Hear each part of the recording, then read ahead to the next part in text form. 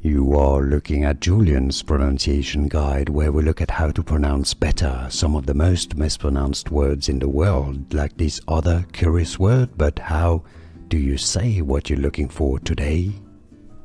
We are looking at how to pronounce this musical term. For reference in Italian, since it's Italian originally, this is said as vibrato.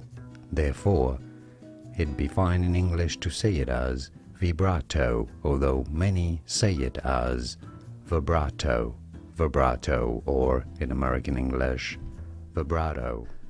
Here are more videos on how to pronounce more confusing words and names too many mispronounced. Like this video if you found it useful. I appreciate your support. I'll see you soon and thanks for watching.